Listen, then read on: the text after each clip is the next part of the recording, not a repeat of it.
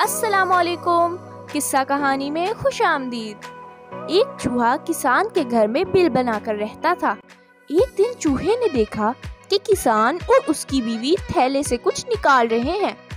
چوہے نے سوچا کہ کوئی کھانے پینے والی چیز ہوگی۔ خوب غور سے دیکھنے پر اس نے پایا کہ وہ ایک چوہے دانی تھی۔ خطرہ بھانپنے پر اس نے گھر کے پچھواڑے میں جا کر کبوتر کو یہ بات بتائی کہ گھر میں چوہے دانی آ گئی ہے۔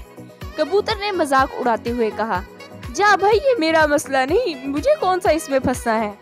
مایوس چوہا یہ بات مرغ کو بتانے چلا گیا۔ مرغ نے بھی مذاق اڑاتے ہوئے کہا، جا بھائی، یہ میرا مسئلہ نہیں۔ بالآخر چوہے نے جا کر بکرے کو یہ بات بتائی، جسے سن کر بکرا ہنستے ہنستے لوٹ پوٹ ہونے لگا اور یہی کہا، جاؤ میاں، یہ میرا مسئلہ نہیں۔ اسی رات چوہے دانی میں کھٹاک کی آواز سنائی دی، جس میں ایک زہریلا سانپ پھنس گیا تھا۔ اندھیرے میں اس کی دم کو چوہا سمجھ کر کسان کی بیوی نے اسے جب نکالا تو سانپ نے اسے ڈس لی۔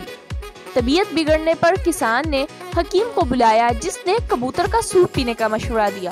کبوتر ابھی برتن میں ابل ہی رہا تھا کہ خبر سن کر کسان کے کچھ رشتہ دار عیادت کو آ پہنچے، جن کے کھانے کے انتظام کے لیے اگلے دن مرغ کو ذبح کرنا پڑا۔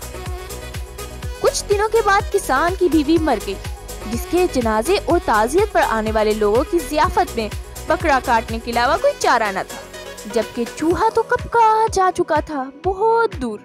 لہٰذا اگلی بار اگر کوئی آپ کو اپنا مسئلہ بتائے اور آپ کو لگے کہ یہ میرا مسئلہ نہیں ہے، تو انتظار کیجئے اور دوبارہ سوچئے کہ کہیں ہم سب خطرے میں تو نہیں، کیونکہ اگر سماج کا ایک حصہ، ایک طبقہ یا ایک شہری بھی خطرے میں ہے تو یقیناً پورا ملک خطرے میں ہے۔